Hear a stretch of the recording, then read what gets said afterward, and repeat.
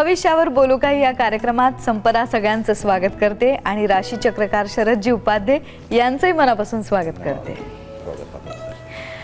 आपण एखादी वस्तू पाहतो त्या कोणत्या भावनेने तिच्याकडे पाहतो याच्यावर तिचं वर्णन किंवा त्याच्या प्रमाणे तिचं स्थान आपल्या मनात तयार होतं। एखादी बहीण चंद्राकडे भाऊ म्हणून बघते, एखादी पृथ्वी चंद्राकडे आपलाच बच्चा आहे म्हणून बघते। पण ज्या वेळेला भविष्यावर बोलण्यासाठी एखादी व्यक्ती जीवनभर अभ्यास करते तेव्हा ती या चंद्राकडे काय म्हणून पाहते हेही तितकंच महत्त्वाचं आहे। संपूर्ण कुंडलीचं शास्त्र हे ज्याच्यावर अवलंबून आहे असा ग्रह आज चर्चेसाठी घेतलाय, अर्थात चंद्र।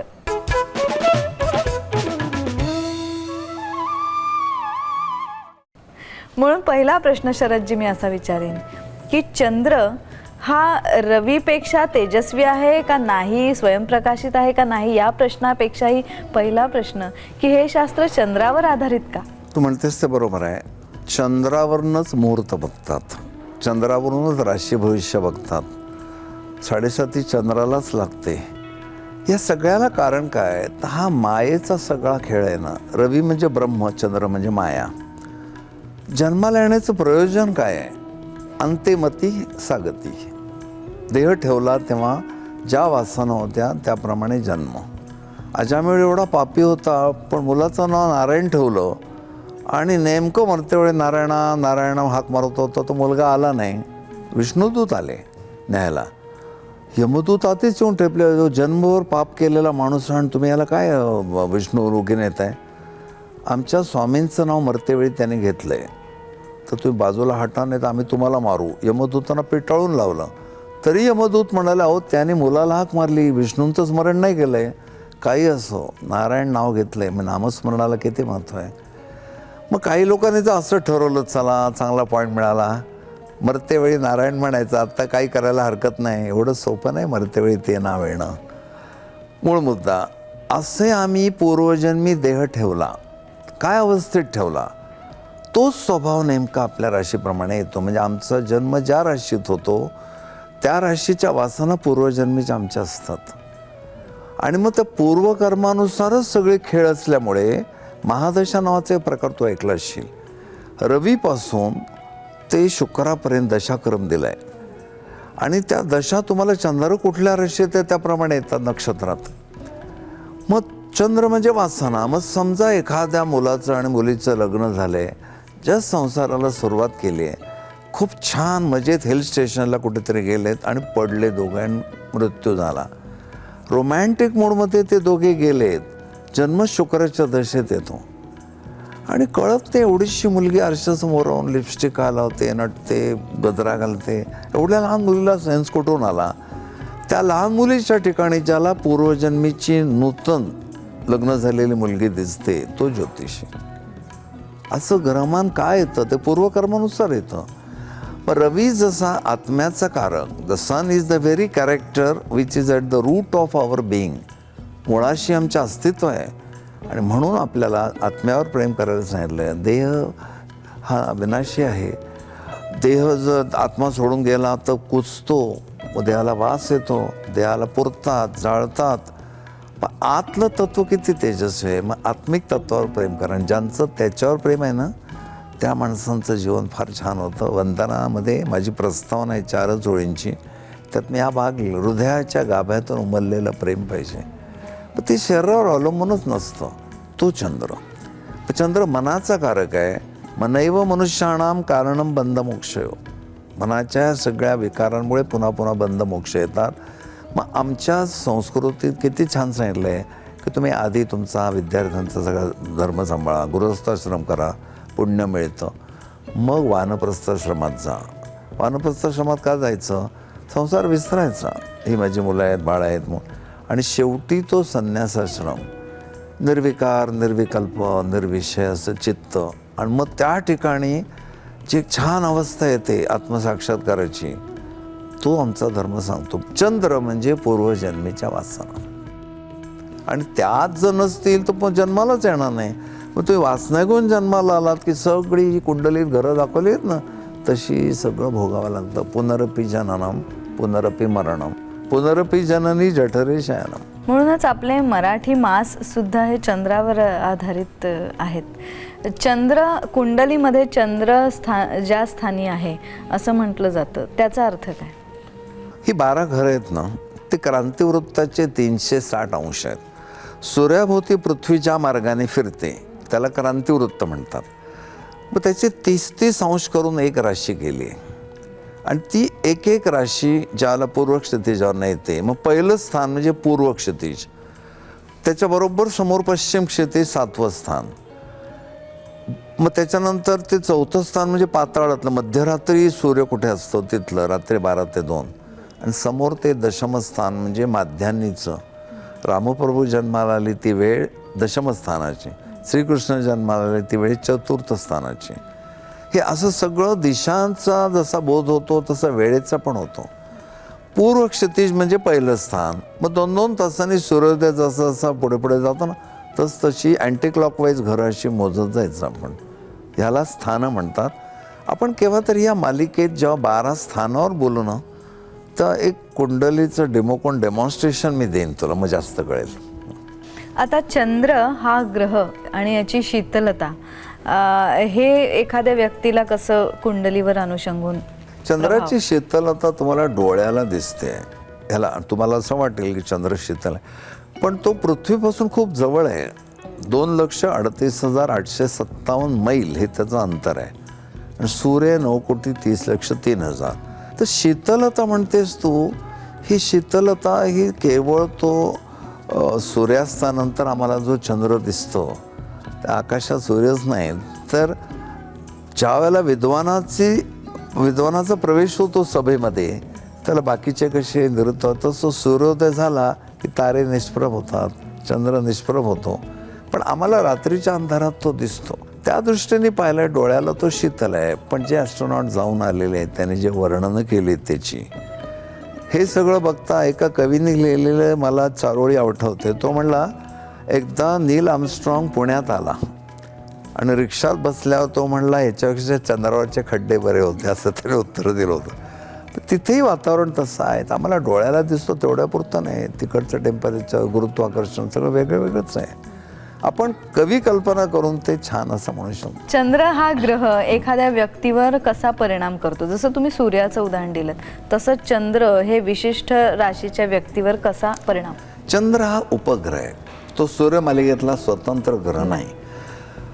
मग तो चंद्र पत्रिकेत वासनांचा कारक आहे. आम्ही आईच्या उदरी जन्म घेतो म्हणून तो मातेचा कारक आहे. एखाद्या माणसाने प्रश्न विचारला, मला मातृसौख्य कसं मिळेल, तर चंद्रावरनं कळते ह्याची आई कशी आहे, हिचा स्वभाव कसा आहे. आईमुळे केवढे संस्कार मुलावर होत असतात ना. आई दिसली नाही की मूल वेडपिस्सं होतं. मग चंद्र मातृस्थानाचा कारक, चंद्र वास्तुस्थानाचा कारक. मध्यरात्री आईच्या कुशीत पडलेलं मूल वास्तूमध्ये, म्हणून स्वतःची वास्तू, स्वतःचं घर हे चंद्रावरनं बघतात. पुरुष बाहेर किती काम करो, पैसा मिळवो, संध्याकाळी जेव्हा घरी येतो तेव्हा त्याला जे काय आराम सुरक्षितता मिळते ते बाहेर नाही. चंद्र मातेचा कारक, चंद्र मनाचा पण कारक, आणि मनाने तो आनंद आपण घेतो किंवा नाही वगैरे घेतो. अशा अनेक गोष्टी चंद्रावर अवलंबून आहेत. चंद्र हा मनाचा कारक आहे, म्हणजे अर्थात भावनाही त्यात सगळ्यात महत्त्वाच्या आल्या. मग एक प्रश्न असा की प्रत्यक्ष आपण आपल्या हाताने काहीही पाप केलं नाही, पण आपलं मन कुठेही भरकटतं ना. त्या मनाने केलेलं पाप, त्याची शिक्षा आपण भोगतो का? त्याच्यावर एक फार सुंदर आध्यात्मिक दृष्टांत कथा आहे. एक वेश्या आणि पतिव्रता समोरासमोर राहत होत्या. कोणाचं कोणावर श्रद्धा बसेल नेम नसतो. ती पतिव्रता इतकी सुंदर होती दिसायला, पण दैववशात पूर्वकर्माप्रमाणे तिचा नवरा महारोगी. चांगल्या माणसाशी लग्न केलेलं, पण कोणाला काय म्हणून प्रेडिक्शन देताना पॅच मेकिंग करायचं, त्याला महारोग झाला. त्या काळात औषधही नव्हती, बरोबर तो सडायला लागलं त्याचं शरीर, पण ही बसून त्याच्या पट्ट्या बदलायची, जखमा पुसायची, अत्यंत गलिच्छ काम ते करायची. हे सगळं वेश्या बघायची आणि तिला इतकं त्या बाईबद्दल आदर निर्माण झाला. वेश्या ह्या दिवसा झोपतात, तर ती झोपताना पण तिला नमस्कार करून झोपायची. इतकी श्रद्धा. आणि हजारो पुरुष कितीतरी यायचे, वाटेल तसं वर्तन करायचे, पण ती लक्ष पतिव्रतेकडे. त्यामुळे सगळे भोग ती भोगायची वाईट, पण लक्ष तिच्याकडे. एके दिवशी अशी नमस्कार करायला तर गर्दी दिसली, तर ती गेली पतिव्रता. कोणाचं मरण केव्हा असेल, आयुष्य सरता प्राणी मरे, कुंडलीतल्या 8व्या स्थानावर मरण कळतं. आपलं श्रद्धास्थानच गेलं आणि ती वारली पतिव्रता. तर तिला अत्यंत दुःख झालं. तिने पण वरून उडी मारली आणि आत्महत्या केली. आपल्या शास्त्राप्रमाणे दोघीही त्या प्राप्त झाल्या. ते एक दिवस असतात, तो दिवस दिवा ठेवतात मग दक्षिणेकडे. त्या गतीने दोघी चित्रगुप्ताकडे प्राप्त झाल्या. तिथे निवाडा होतो. तर तो निवाडा असा झाला, 7 स्वर्ग आहेत, त्यापैकी सगळ्यात वरचा स्वर्ग वेश्येला द्यावा आणि कनिष्ठ स्वर्ग पतिव्रतेला द्यावा. निश्चितपणे बायका असल्यामुळे थोडंसं तिथे पण मनात आलंच तिच्या, की ज्या बाईने एवढ्या पुरुषांना भोग दिले, नित्य व्यभिचार हाच जिचा धर्म, तिला तुम्ही वरचा स्वर्ग देता आणि मी माझ्या पतीशिवाय कोणाचा स्पर्श करू दिला नाही, खालचा स्वर्ग आता काय निवाड आहे तुमचा. तर त्यांनी दोघींनी बोलवलं आणि सांगितलं आता खाली बघा पृथ्वी तलावर.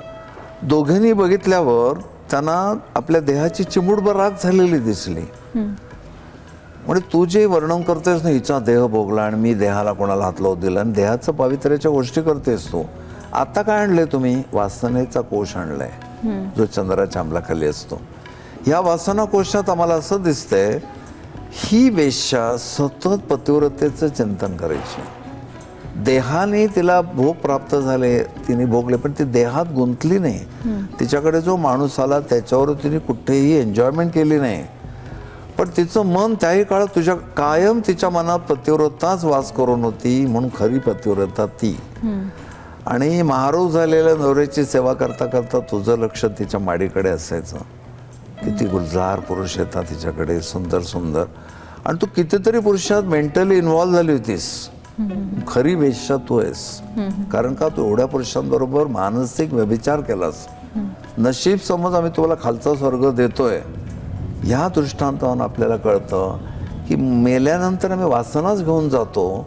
म्हणून अमुक वय झालं की संबंध हा इंटरेस्ट कमी करून ज्या परमात्म्याने जन्माला घातलं त्याचा विचार करावा. काही लोक तर तरुण वयातच करतात, ते फार चांगलं आहे. परमात्म्याच्या स्मरणात असलेल्या माणसाच्या हातून पाप होत नाहीत. आणि जो हे शास्त्र जाणतो की मेल्यानंतर एक गती आहे, तो आधीपासूनच काळजी घेईल ना. मग मुली वयात आल्यावर आई लगेच सांगते की नाही, काय वेडीवाकडी झोपतेस तू, सासरी काय म्हणतील आम्हाला, तुला कळतं ना सासरी गेल्यावर असं होणार. पण तू जाणार आहे एके दिवशी, तुला उभं करणार आहे, ती तयारी कोणी केली का? त्या प्रांतात करन्सी कुठली आहे? लंडन अमेरिकेला जाताना $1 पाहिजेत, पण तिथे करन्सी वेगळी आहे, ती निर्माण केली पाहिजे. ह्या दृष्टांतानं कळतं वासना घेऊन जातो, त्याप्रमाणे त्या विकाराप्रमाणे त्या राशीवर जन्म येतो, पुन्हा सगळं चालू होतं. रत्न कोणतं परिणामकारक ठरू शकतं या मनाचा जो कारक आहे चंद्र? आता मनाचा कारक ग्रह चंद्र, चंद्राचं रत्न मोती. पण त्या मोत्यात भानगडी एवढे आहेत, धड खरा मोती कोणालाच माहिती नाही, ज्याला बसारा मोती म्हणतात. हा मोती स्वाती नक्षत्राच्या पावसाने शिंपल्यात पडून तयार होतो. स्वाती नक्षत्राचा पावसाचा थेंब त्या जातो शिंपल्यात, त्यातनं तयार होतो तो ऑरेंज कलर रिलीज करणारा मोती. बापरे. आणि बाकीचे जे सगळे मोती आहेत ते कल्चर्ड मोती. पण हे ओळखता येऊ प्रिझम शकतं? टेस्ट करता येतात. म्हणून कॉस्मिक रे थेरपी नावाचं जे शास्त्र आहे, त्या शास्त्राप्रमाणे प्रिझमनी ते रत्न चेक करायचं. त्या रत्नातनं ऑरेंज कलर येत असेल तरच तो खरा मोती. आणि साधा मोती असेल तर फिजिक्सच्या नियमाप्रमाणे 7 रंग दृश्य वस्तू परावर्तित करते. कुठली दृश्य वस्तू 7 रंग परावर्तित करते. रत्न सिंगल कलर परावर्तित करतो. माणिक लालच रंग देतं, म्हणून माणकाचं महत्व. Gems are important in lithotherapy because they release single colour असं म्हटलंय. पण आपल्याकडे ती पद्धत बघत लाल दिसलं माणिक. मग त्या प्रत्येक रत्नाचे रंग, कॉस्मिक रेज, त्याचे फायदे, हे सगळं माझ्या राशीचक्र पुस्तकात एक मोठं आर्टिकल लिहिले, दूर उपचार पद्धती म्हणून, त्यात दिलेले रत्नही औषधी आहेत. बरोबर. पण मग असा एक उत्तम जाणकाराकडनं मोती मिळाला तर त्याचा प्रभाव हा कसा होतो? त्याच्यासाठी थोडंसं मी तुला पुढच्या सेगमेंटमध्ये विस्ताराने सांगतो. नुसता मोती म्हणून उपयोग नाही, हो. तो सोनारही चांगला मिळाला पाहिजे. बोलूया आपण त्याच्यावर. म्हणजे जसं आम्हाला नुसतं भविष्याची ओढ असून चालत नाही, सांगणार आहे तितकंच योग्य असायला पाहिजे.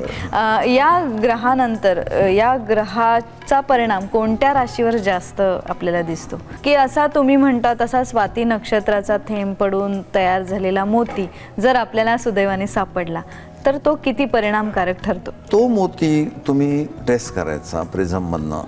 तो मोती सिलेक्ट केल्यावर पुढचा प्रश्न येतो सोनार.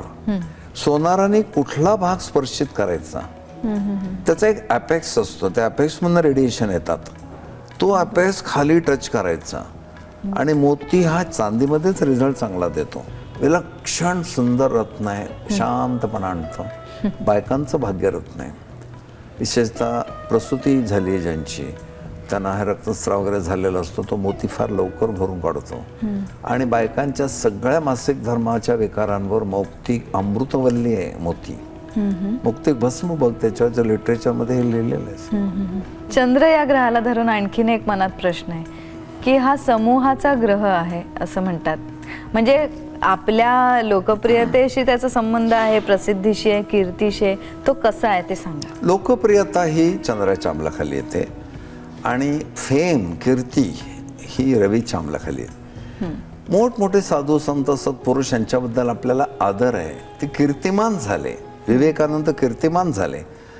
युरोपला गेलेले असताना ज्या घरात ते राहिले होते तिथली एक सुंदर मुलगी आणि इतकी भाळली त्यांच्यावर, कारण गोड होते दिसायला विवेकानंद. गळ्याला मिठी मारून त्यांना म्हणाली, मला तुमच्यासारखा मुलगा पाहिजे. तर ते म्हणाले, मीच आहे ना रेडीमेड. असे कीर्तिमान लोक जे असतात ते रवीच्या अंमलाखाली. पण समाजाचं प्रेम ज्याला मिळतं, लोकप्रियता, हे मोठमोठे नट आहेत त्यांना मिळते लोकप्रियता, ज्याच्या मागे समाज धावतो. पण तोच समाज कधी कधी त्याने दगड पण मारतो. म्हणून लोकप्रियता वारांगणेसारखी आहे आणि कीर्ती पतिव्रतेसारखी आहे. माणसाने कीर्तीच्या मागे लागावं. कीर्तिमान भव असं आशीर्वाद देत, लोकप्रिय भव असं म्हणत नाहीत. लोकप्रियता म्हणजे समूहाच्या मनाला हात घालणारे लोक, हे अभिनय करणारे वगैरे. पण त्यांच्या पर्सनल लाईफ बद्दल जेव्हा कधी कधी कळतं, श्रद्धेला तडा जातो, मग प्रॉब्लेम होतो. म्हणून चंद्र म्हणजे लोकप्रियता, रवी म्हणजे कीर्ती. आज एवढंच बास, इथेच थांबूया.